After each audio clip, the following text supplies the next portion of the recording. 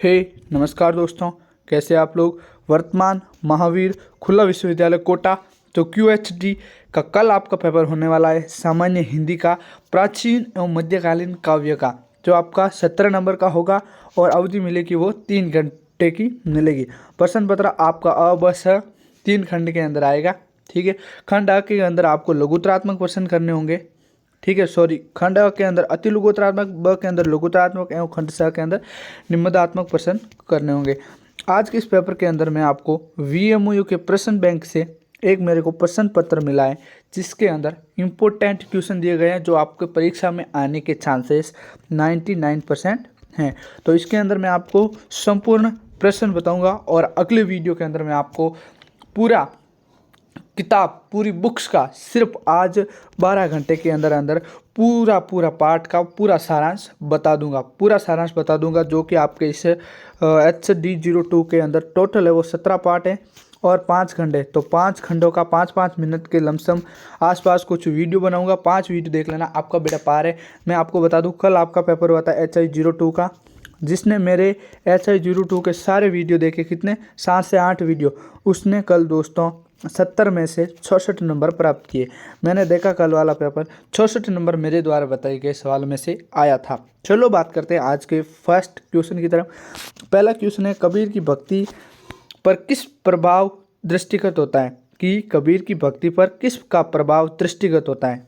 ठीक है, और दूसरा हमारा इंपॉर्टेंट क्वेश्चन था वो बीजक में किसका समावेश है, जो कबीर द्वारा बीजक एक ग्रंथ है उसमें किसका समावेश है। तीसरा अध्याय है, कबीर के यहाँ उन्मनी से क्या अभिप्राय है। और चौथा क्वेश्चन है वो तुलसीदास की किस कृति को कवित रामायण भी कहा जाता है, यानी तुलसीदास की किस कृति को कवित रामायण भी कहा जाता है। चलो अगला 5वां क्वेश्चन है कि मीरा की किन्हीं 2 रचनाओं के नाम लिखने, किसके, मीराबाई की किन्हीं 2 रचनाओं के नाम लिखने। और 6वां क्वेश्चन है, मीरा की भक्ति किस भाव की थी। तो दोस्तों कुछ प्रश्न के उत्तर मैं आपको बता देता हूं ताकि आपका इस वीडियो के अंदर मन लगा रहे। देखो, मैं इसके सभी के आंसर है जो अगले वीडियो में बताऊंगा, लेकिन अभी बता देता हूं थोड़ी क्वेश्चन। मीरा की 2 रचनाओं के नाम है वो गीतावली, ठीक है, और एक है वो आप लिख देना दोहावली। क्या लिख देना, दोहावली। और यहाँ पे एक अगला क्वेश्चन मीरा से रिलेटेड आ रखा है कि मीरा की भक्ति का भाव वह कौन सा है, तो है माधुर्य गुण है। ठीक है, और जो भक्ति की है उन्होंने श्री कृष्ण की भक्ति की है। 7वां क्वेश्चन है, सुंगनी साहू नाम से कौन सा छायावादी साहित्यकार विख्यात था। 8वां क्वेश्चन है, जयशंकर प्रसाद द्वारा रचित 2 उपन्यासों के नाम लिखने हैं। ठीक है दोस्तों, मुझे पता है आपको 2 उपन्यासों के नाम पता है, तो कमेंट में जरूर बता देना। 9वां क्वेश्चन है, जयशंकर प्रसाद द्वारा रचित 2 नाटकों के नाम लिखने हैं। ठीक है, 10वां क्वेश्चन है, तारा प्रकाश जोशी द्वारा रचित गीतों की कोई 2 विशेषता लिखनी है। ये दोस्तों आपके हैं 2-2 नंबर के क्वेश्चन, इनमें से इंपॉर्टेंट है वो बता रहा हूँ। अगला क्वेश्चन है, जयशंकर प्रसाद द्वारा रचित किन्हीं 2 कहानियों संग्रहों के नाम लिखिए। ठीक है, क्या क्या पूछा, जयशंकर प्रसाद के नाटकों के बारे में पूछा है, उपन्यासों के बारे में पूछा है, गीतों की 2 विशेषताएं पूछी है और कहानी के नाम पूछे। चलो अगला बात करते हैं। 12वां क्वेश्चन है, चंपा और बुद्धगुप्त जयशंकर प्रसाद की किस कहानी के प्रमुख पात्र हैं। और 13वां क्वेश्चन है, अध्यापक पूर्ण सिंह किस काल के निबंधकार हैं। कौन, अध्यापक पूर्ण सिंह है वो किस काल के, जैसे आपको बताया एक तो भक्ति काल था, ठीक है, और एक रीतिकाल था। कौन सा था, रीतिकाल, तो दोनों में से एक होगा। ठीक है, तो आपको बताना है। अगला बात करते हैं 14वां क्वेश्चन, अध्यापक पूर्ण सिंह द्वारा रचित 2 निबंधों के नाम लिखिए। और 15वां क्वेश्चन है, सच्ची वीरता निबंध में सच्चे वीर पुरुष के कौन कौन से लक्षण बताए गए हैं। दोस्तों कुछ प्रश्न तो आपको देखते ही पता चल जाना चाहिए। सच्ची वीरता, इसका मतलब ही वीरता, साहस से योद्धा हो गया। तो इस निबंध के अंदर सारा गुण सर्वसंपन्न है, वही एक सच्चे वीर पुरुष की निशानी है और लक्षण है। ऐसे ही आप पता कर सकते हो। सच्ची वीरता निबंध में वीरता के कौन कौन से प्रकार बताए गए, पराक्रम, धैर्य, योद्धा, इस प्रकार के जो प्रकार है वो बताए गए। 17वां क्वेश्चन है, आत्मकथा से आप क्या समझते हो। आत्मा की कथा से आप क्या समझते हो, जो अंदर से विवेक होकर लोगों के सामने प्रस्तुत किया जाता है और उसे पढ़कर वो अंतर्ध्यान हो जाते हैं और अपने ही जीवन के बारे में सोचते हैं, वही आत्मकथा है। सब तो बात करता है तुम्हारा जीवनी से क्या अभिप्राय है, जीवनी से क्या अभिप्राय है, हमारे जीने के तरीके से क्या अभिप्राय है, आपको नहीं पता, पता होगा। 1900 क्वेश्चन ने संस्मरण का अर्थ लिखिए।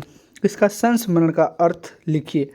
और अगला क्वेश्चन है महादेवी वर्मा द्वारा रचित किन्हीं 2 काव्य संग्रह के नाम लिखने। ठीक है। और 21वां क्वेश्चन है महादेवी वर्मा द्वारा रचित किन्हीं 2 संस्मरणों के नाम लिखने। किनके? संस्मरणों के नाम लिखने। अगला क्वेश्चन है गिरा के 2 पर्यायवाची शब्द लिखिए। गिरा। और 23वां क्वेश्चन है कबीर की भाषा कौन सी थी। दोस्तों ये बहुत छोटे छोटे आसानी वाले प्रश्न है, तो आप इसे ज़रूर करना। बता देता हूँ, कबीर की भाषा है वो ब्रज थी। कौन सी थी? ब्रज। चलो आगे बात करते हैं। खेती ना किसान को, भिखारी को ना भीख बली, पंक्ति में रचनाकार कौन है। तो ये आपने अगर कोर्स से पूरा अध्याय पढ़ा होगा, पाठ पढ़ा होगा, किताब पढ़ी होगी, तो आपको पता चल गया होगा कि खेती ने किसान को, भिखारी को ना भीख मिली बली, मतलब खेती नो किसान को तो खेती ना मिली, भिखारी को भीख ना मिली। ये पंक्ति किसकी है? अगला है 25वां रामचरितमानस किस भाषा में रचित है। दोस्तों ये मुझे आप कमेंट करके ज़रूर बताओगे कि रामचरितमानस है वो किस भाषा में स्थित है। वैसे मैं इसका एक पोल भी डालने वाला हूँ क्योंकि ये वेरी इंपॉर्टेंट पर्सन है। अगला क्वेश्चन है महादेवी वर्मा रचित सुभद्रा संस्मरण किसके जीवन पर आधारित है। जी हाँ, महादेवी वर्मा ने जो रचा है सुभद्रा संस्मरण किसके जीवन पर आधारित है। ये भी इंपॉर्टेंट क्वेश्चन है, ये आप मुझे बताओगे। इसका उत्तर मैं अगले वीडियो में सभी का दे दूंगा। हिंदी का विकास किस अपभ्रंश से हुआ है। हाँ, ये दोस्तों इंपॉर्टेंट प्रश्न है, बहुत इंपॉर्टेंट है। अन्य लाइक हिंदी का विकास है वो किस अपभ्रंश से हुआ है, मतलब कौन सी उपभाषा से हिंदी का जो विकास है वो हुआ है। तो इसका दोस्तों आप मुझे ज़रूर बताओगे। इसका भी मैं जो अध्याय का उत्तर है वो मैं पोल के अंदर डाल दूंगा। मुझे पता है, लेकिन अभी अपन को थोड़े प्रश्नों के बारे में जानना है। परमाल रासों के रचयिता कौन है। 29वां कोर्ट है फोर्ट विलियम की स्थापना क्यों की गई थी। फोर्ट विलियम कॉलेज की स्थापना क्यों की गई थी। आपको पता है दोस्तों, ये कलकत्ता के अंदर था। और इसने है ना, जो फोर्ट विलियम ने हिंदी पद्य का विकास के लिए बहुत ही महत्वपूर्ण भूमिका निभाई थी। और पहला जो प्रश्न पत्र प्रकाशन है ना, जो फोर्ट विलियम कॉलेज से ही निकला था। चलो 30वां क्वेश्चन है सुख सागर ग्रंथ की रचना किसने की। ठीक है। अगला क्वेश्चन है 31वां, वो है हिंदी के प्रथम समाचार पत्र उदंत मारतंड के संपादक कौन थे। जी हाँ दोस्तों, ये इसका आंसर मैंने पहले जो आपका HD02 का पेपर हुआ था ना, उसके अंदर मैंने सारे आंसर ये बताए थे। कौन सा? हिंदी वाले। चलो बात करते हैं सरस्वती पत्रिका के संपादन या दायित्व पंडित महावीर प्रसाद द्विवेदी ने कब संभाला। 33वां क्वेश्चन है खड़ी बोली हिंदी के प्रथम महाकाव्य का नाम लिखिए। ठीक है। चौथा है छायावादी कविता के 4 स्तंभ कौन कौन से कहलाते हैं। और 35वां क्वेश्चन है निम्न शब्दों के तत्सम शब्द बताइए।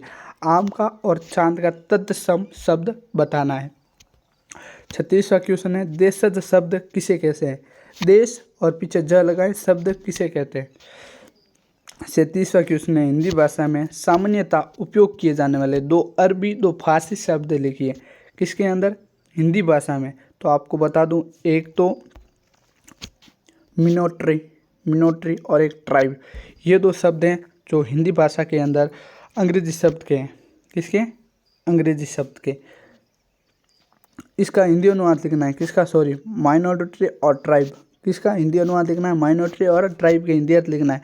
अब दोस्तों हिंदी भाषा के अंदर सामान्य उपयोग किए जाने वाले 2 अरबी शब्द और 2 अंग्रेजी शब्दों को लिखना है। वैसे बहुत सारे हैं जो अंग्रेजी शब्द और अरबी शब्द है, लेकिन 2 ही लिखने हैं आपको तो। और इनका हिंदी अनुवाद करना है। और 39वां क्वेश्चन है वो देवनागरी लिपि का विकास किस लिपि में हुआ। देवनागरी लिपि का विकास हुआ को किस लिपि से हुआ। ये भी दोस्तों वेरी इंपॉर्टेंट क्वेश्चन है। चलो बात करते हैं अगला 40वां क्वेश्चन ब्राह्मी लिपि संविधान में राजभाषा संबंधित प्रावधान किस अनुच्छेद में। तो दोस्तों ये मैं आपको बता देता हूँ, लेकिन अगले क्वेश्चन में बता दूंगा। अगर इसी क्वेश्चन में सारे आंसर बतवा दिए तो फिर अगला पार्ट कौन देखेगा। 41वां हिंदी को राजभाषा के रूप में मान्यता कब प्रदान की गई थी। दोस्तों यह भी वेरी इंपॉर्टेंट है। और 12वां है वर्तमान भूमंडलीकरण के दौर में हिंदी भाषा का उपयोग किन किन क्षेत्रों में किया जा रहा है। ठीक है। और 43वां क्वेश्चन है मुहावरा और लोकोक्ति में क्या अंतर है। दोस्तों अभी तक आपने हमारे चैनल को सब्सक्राइब नहीं किया तो सब्सक्राइब जरूर कर लेना, क्योंकि इसके अंदर आपको बहुत ही मनोरम्य और ज्ञान मिलने वाला है जो वर्तमान महावीर कोटा विश्वविद्यालय से रिलेटेड है। 44वां क्वेश्चन है, मुहावरा का अर्थ लिखना है। मुहावरा किसे कहते हैं? जैसे कि सिर पीटना, मुंह की खाना। और विलोम शब्द लिखिए किसके? अर्थ का और कृति के, यानी इसका जस्ट उल्टा क्या होगा। 46वां क्वेश्चन है, निम्न शब्दों के दो पर्यायवाची लिखिए। सिंह और इंद्र के, ठीक है, सिंह और इंद्र के दो पर्यायवाची शब्द लिखने हैं। अगला क्वेश्चन है, अनेकार्थक शब्द लिखिए अज और अंक के। दोस्तों अगर आपको पता होगा तो आपके अध्याय के अंदर 16वां और 17वां अध्याय है, वो सारा किससे रिलेटेड है? अलंकार से रिलेटेड है 2 अध्याय, और छंद से रिलेटेड है, ठीक है, और भक्त शक्ति से रिलेटेड है। किससे रिलेटेड है? सॉरी, शब्द शक्ति से रिलेटेड है, और गुण इस शब्द शक्ति के वो दोष के बारे में जो 17वां अध्याय है। और 16वें के अध्याय के अंदर आपने एक रस के बारे में पढ़ा होगा, यानी मतलब 3 और 2 5 चीज़ें और 6 चीज़ें आपको 2 अध्यायों के अंदर बताई गई है। कौन कौन सी? अलंकार, रस और छंद। और 17वें अध्याय के अंदर शब्द शक्ति के गुण एवं दोषों के बारे में बताया गया है। बात करते हैं अगला अपना 48वां क्वेश्चन है, वो युग्म शब्द लिखिए, ठीक है। अनेकार्थ शब्द तो मैंने बता दिया आपको, युग्म शब्द लिखने किसका? अनंत अनिल के। जो आपके दोस्तों आपको पता हो तो यही क्वेश्चन HD 02 के अंदर भी आया था, ठीक है। अनल अनिल के और एक कुल के, इन प्रत्यय के योग से बने कोई 2 शब्द लिखिए, ठीक है। इल प्रत्यय से बने कोई 2 योग शब्द लिखने। चलो बात करते हैं अगले क्वेश्चन, निबंध से क्या अभिप्राय है? आप बताएंगे निबंध से क्या अभिप्राय है। वह वस्तु या वह पाठक जो एक संक्षेप रूप में ना होकर बहुत ही बड़े रूप में हो और उसमें अनेक कथानक का उपयोग किया जाता हो, जिसमें पढ़ने में आनंदमय प्रस्तुत हो, और इसे दिमाग की भाषा भी कहते हैं, ये होता है निबंध, ठीक है। 51वां क्वेश्चन है, वाक्यांश सूचक शब्द बताइए। युगत के लिए इच्छुक वो अग्नि जो जंगल में लग जाती है, ठीक है। अगला 22वां क्वेश्चन है, परा उपसर्ग से बने 2 शब्द लिखने। परा उपसर्ग से। 53वां क्वेश्चन है, उपसर्ग और प्रत्यय में क्या अंतर है? मतलब इससे रिलेटेड आपको देखने को मिलेंगे। बहुत ही इंपॉर्टेंट क्वेश्चन है, वो मैं आपको बता दूंगा, लेकिन इस वीडियो को आपको अंत तक पूरा जरूर देखना है। उपसर्ग और प्रत्यय में क्या अंतर है? 54वां क्वेश्चन, निम्न शब्दों का शुद्ध कीजिए। कवियत्री, या कवियत्री नहीं होता है, यह कवियत्री होता है, ठीक है, कर दिया। और युधिष्ठिर, ठीक है, इसका आपको करना है। युधिष्ठिर, समझ गए होंगे युधिष्ठिर कैसे लिखा जाता है। वाक्य को शुद्ध कीजिए। कोनूर एंड अमूल्य हीरा, ठीक है, कोई नूर होता है, को नूर नहीं होता है, ठीक है। और अमूल्य का आप मुझे कर बताओगे, एक आपके लिए, ठीक है। अगला क्वेश्चन चलते हैं 56वां क्वेश्चन है, वाक्यों को शुद्ध रूप में लिखे। यहाँ शुद्ध गाय का दूध मिलता है, यहाँ शुद्ध गाय का दूध मिलता है, ठीक है। यहाँ पर गाय का दूध मिलता है, यहाँ का शुद्ध गाय का दूध मिलता है। इसका शुद्ध रूप क्या होगा इस वाक्य का? यहाँ पे गाय का दूध शुद्ध मिलता है, ठीक है, यहाँ पर गाय का दूध शुद्ध मिलता है, ठीक है। चलो बात करते हैं 57वां क्वेश्चन। 57वां, संक्षेपण के 2 गुण लिखिए। और पल्लवन किसके विपरीत होता है? और 59 यानी 59वां क्वेश्चन है, पत्रों के प्रकार लिखने। पत्र कितने प्रकार के होते हैं? और 60वां क्वेश्चन है, कामयानी के रचनाकार कौन है? चलो अब बात करते हैं आपके लघुतरात्मक प्रश्नों के बारे में, जो कि आपके 4 क्वेश्चन आने वाले, जो प्रत्येक क्वेश्चन होगा वो आपका होने वाला है 7 नंबर का। कितने नंबर का होने वाला है? 7 नंबर का। दोस्तों क्वालिटी थोड़ी ख़राब आ रही तो सबसे पहले जाइए इसे हाई क्वालिटी के अंदर कर लीजिए। निम्नलिखित प्रश्नों के उत्तर अधिकतम 150 से 200 शब्दों में लिखिए। पहला क्वेश्चन है, खड़ी बोली हिंदी के विकास में फोर्ट विलियम कॉलेज के योगदान को स्पष्ट कीजिए।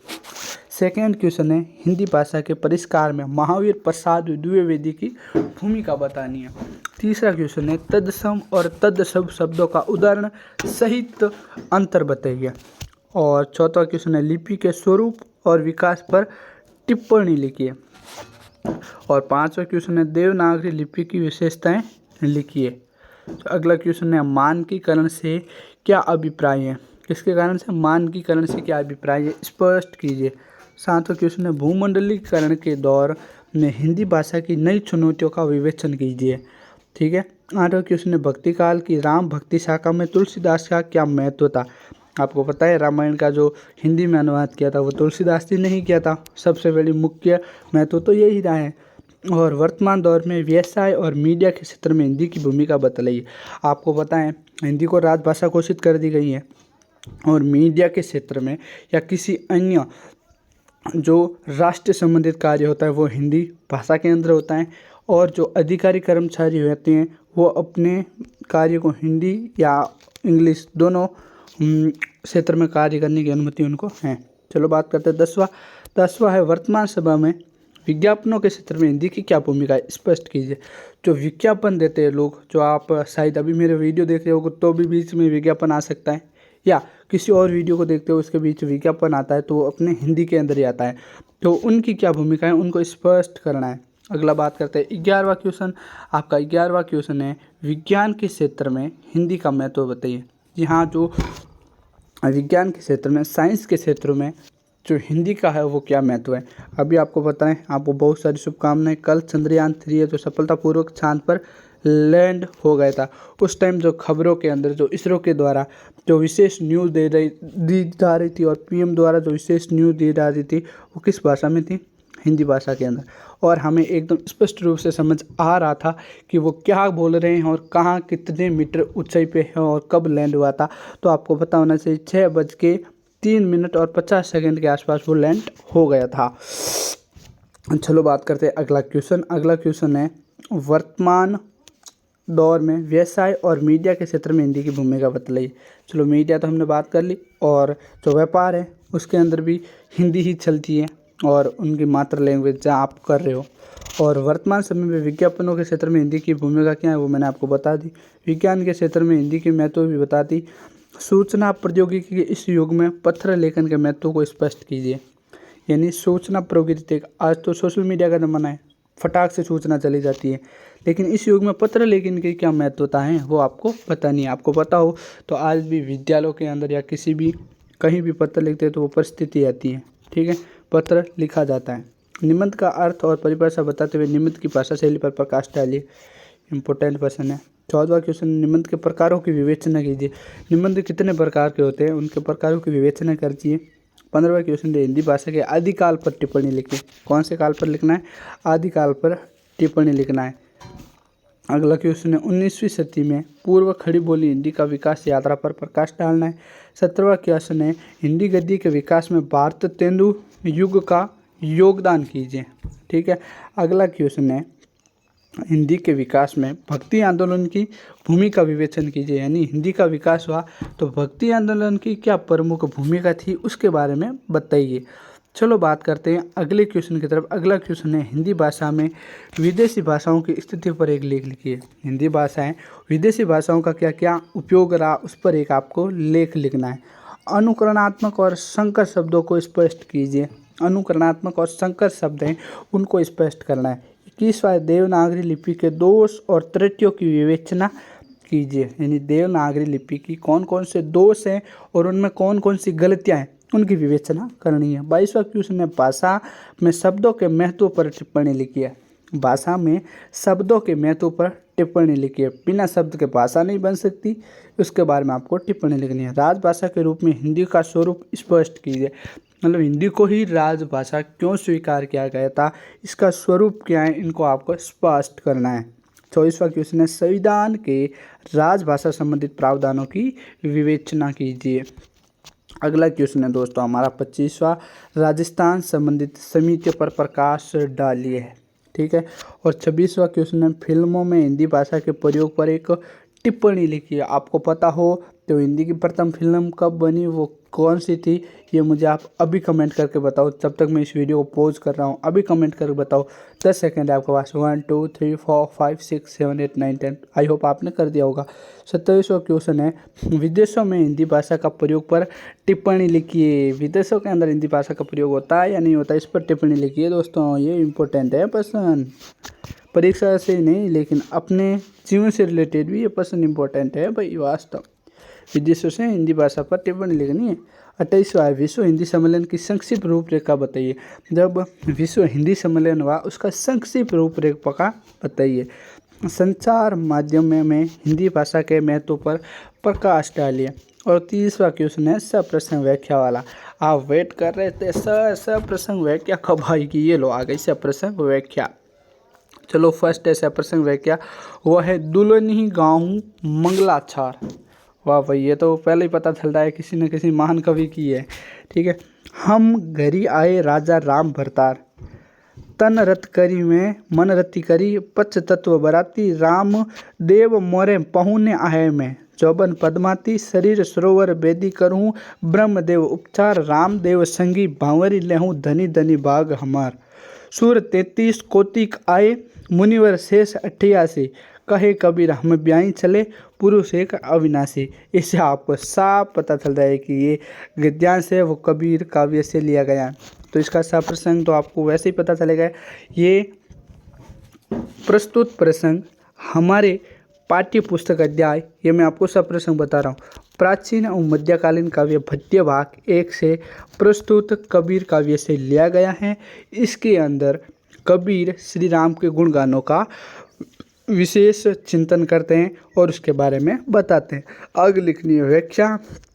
व्याख्या के अंदर आपको क्या लिखना है, दुल्हनी गाँव मंगलाचार। दोस्तों इसका अंतर फिर मैं आगे क्या बताऊंगा, अगले वीडियो बता दूंगा, लेकिन आपको मुख्य मुख्य मैंने बता दिए।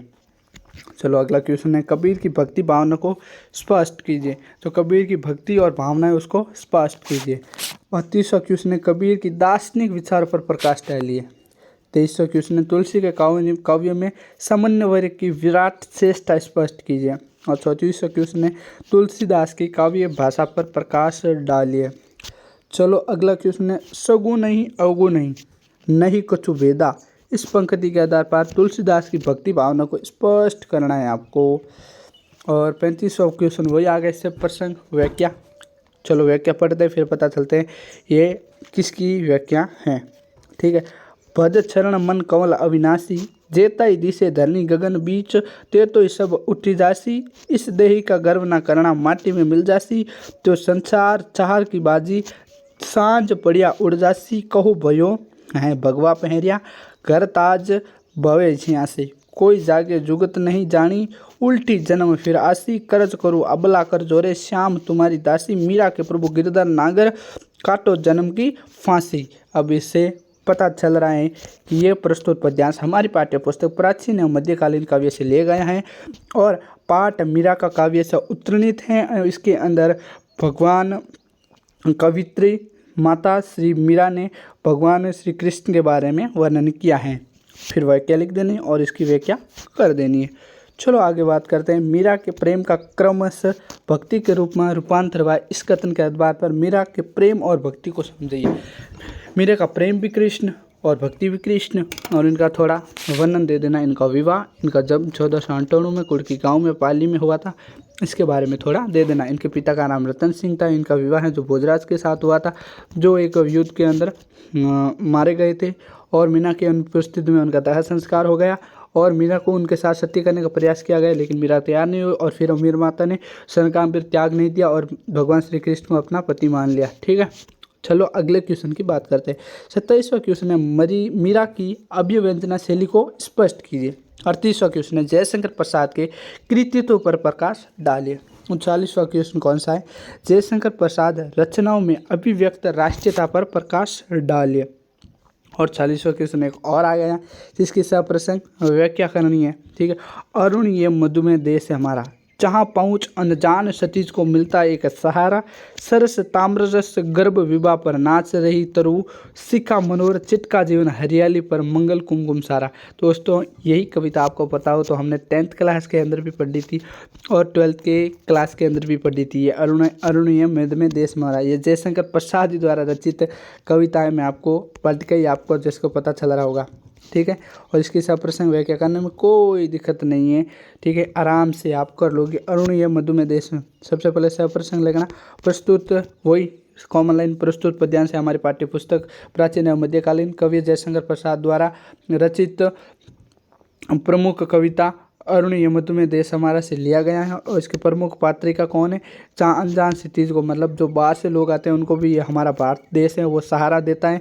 और तरस ताम्र सगर्भ विवाह पर, जैसे इनका शिखर मनोहर नदी के पास देकर और इनका शिखा मनोहर डूबते हुए सूरज को देखते हैं तो ऐसे लगता है कि हम धरती के गोद में सो रहे हैं। चिटका जीवन हरियाली मंगल कुमकुम सारा, ये बहुत ही एक अच्छी बात कही है। ठीक है, चलो अगली बात करते हैं। अगर 41वां क्वेश्चन है, प्रसाद कल्पना और सौंदर्य लोक का कवि है, स्पष्ट कीजिए। प्रसाद की संरचनाओं के संरचना शिल्पों को स्पष्ट कीजिए। 13 प्रकाश जोशी राजस्थान के सफल गीतकार हैं, उनके गीतों की प्रमुख विशेषताओं को उद्घाटित कीजिए। और तारा प्रकाश जोशी के व्यक्तित्व पर प्रकाश डालिए और इसकी एक से प्रसंग व्याख्या करनी है। तारा प्रकाश जोशी ने लिखा है साहित्य, देखते पढ़ते हैं कौन सा है। मेरा वतन ऐसी रानी जैसे गर्म तवे पर पानी, ये अभाव के दिन लावे हैं घुटते तेरे मन में, अग्नि गीत बनकर फूटेंगे गाँव शहरों में जन्म जन्म में। तो ये जो व्याख्या है प्रस्तुत पद्यांश तारा प्रकाश जोशी कविता से लिया गया है। ये कॉमन लाइन लिखनी है और इसकी व्याख्या लिख के व्याख्या कर लेनी है। अगला क्वेश्चन है, तारा प्रकाश जोशी द्वारा रचित गीत आ रे आ बादल का भावार्थ स्पष्ट करना है। 47वां क्वेश्चन है, तारा प्रकाश जोशी द्वारा रचित गीत मेरा वतन, ये आ गया ना, मेरा वतन, ये देखो मेरा वतन, ठीक है, का मेरा वतन का भावार्थ स्पष्ट आपको करना है। भावार्थ स्पष्ट कर लो और इसकी व्याख्या भी हो जाएगी। बात करता है 48वां क्वेश्चन, प्रसाद की कहानियों में प्रेम पर कर्तव्य की विजय दिखलाई देती है, आकाशदीप कहानी के आधार पर कथन को स्पष्ट करना है। आकाशदीप कहानी के आधार पर चंपा का चरित्र चित्रण कीजिए। अगली है, सच्ची वीरता निबंध के उद्देश्य की स्पष्टता कीजिए। ठीक है, अगला क्वेश्चन है, सरदार पूर्ण सिंह की निबंध कलाओं की विशेषता पर स्पष्ट कीजिए। अगला क्वेश्चन है, सच्ची वीरता निबंध में वीरों के कितने भेद बताएं, प्रत्येक का वर्णन कीजिए। और 53वां क्वेश्चन है, वर्तमान महावीर खुला विश्वविद्यालय में लिपिक के पद हेतु कुल सचिव को एक आवेदन पत्र लिखिए। 54वां क्वेश्चन है, आत्मकथा और जीवन में व्याप्त अंतर को स्पष्ट कीजिए। 55वां क्वेश्चन है, महात्मा गांधी की आत्मकथाओं पर उनका चरित्र विश्लेषण कीजिए। और अगला क्वेश्चन है, महादेवी वर्मा का संस्मरण शैली का स्पष्ट कीजिए। अगला कार्य ज्ञापन अधिसूचनाओं को स्पष्ट कीजिए। और ये है मुख्य इंपॉर्टेंट 60%। चलो अब बात करते हैं खंड स, जो निबंधात्मक प्रश्न है आपके 700 से 500 शब्दों के अंदर विभाजित हैं।